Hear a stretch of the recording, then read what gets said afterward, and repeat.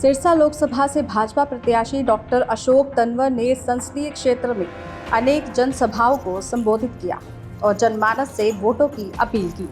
इस दौरान गांव में जीप और बाइक के काफिलों के साथ ग्रामीणों ने उनका जोरदार स्वागत किया और भारत माता की जय के नारे लगाए।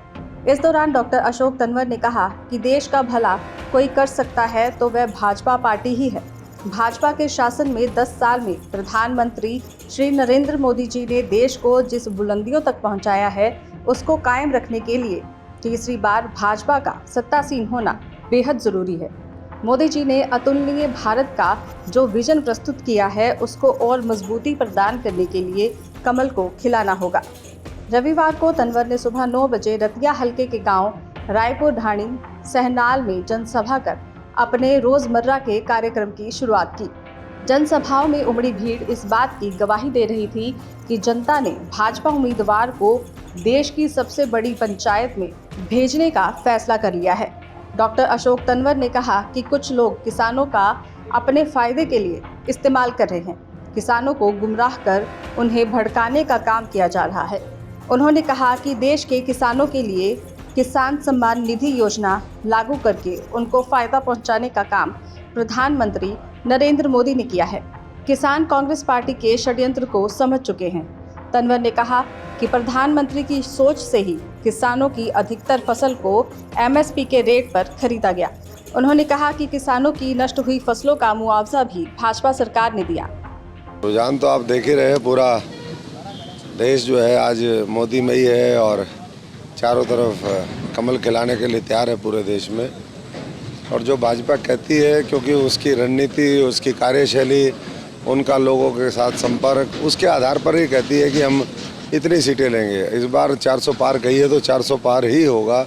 हरियाणा की 10 सीटें जीतेंगे। कल आपने देखा हम लोगों ने नामांकन भरा है। सिरसा के इतिहास में ऐसा नामांकन कभी नहीं हुआ। मैंने खुद भी चौथा चुनाव मेरा है, तो साफ संकेत हो गए हैं कि एक तरफ जमानत जो है बचाने के लिए संघर्ष है और दूसरी तरफ जो है वो मार्जिन को डबल और ट्रिपल करने की लड़ाई है।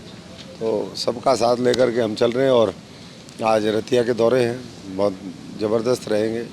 शैलजा का कहना है कि वो जो सिरसा लोकसभा क्षेत्र के लोगों की आवाज़ पर यहाँ आई है और भारी जीत से जो वोटों से जीतेंगे। अच्छी बात है।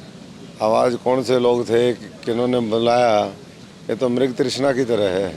सिरसा जो है वो मुझे नहीं लगता कि दूर दूर तक कहीं किसी तरीके का यहाँ पर जो इंडिया अलायंस है, कांग्रेस पार्टी है, क्योंकि पिछले 10 वर्षों में नरेंद्र मोदी जी ने काम किया देश में, मनोहर लाल और नायब सैनी जी ने काम किया है।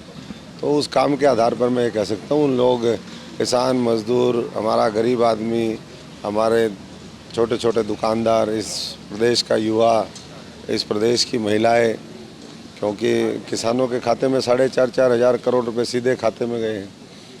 तो कांग्रेस क्या करती थी वो सबको पता है।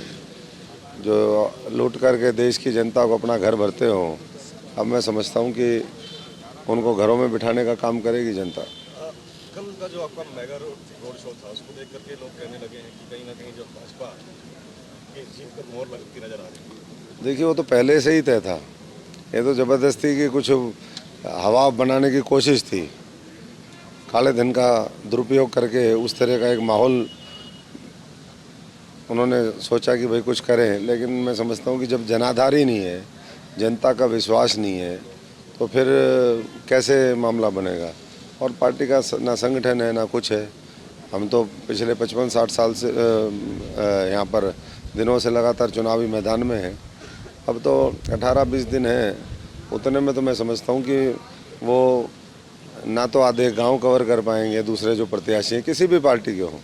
तो यहाँ देश बनाने का चुनाव बन गया है और देश बनाने की इस लड़ाई में देश के 140 करोड़ लोग, उनकी भावनाएं और 100 करोड़ वोटर वो आज मोदी जी को चुनेंगे और देश विकसित भी करेंगे।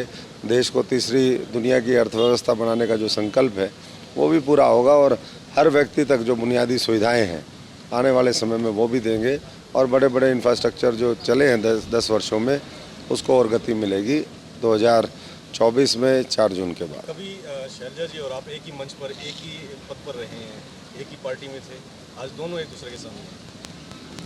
नहीं, विचारों ये की लड़ाई है या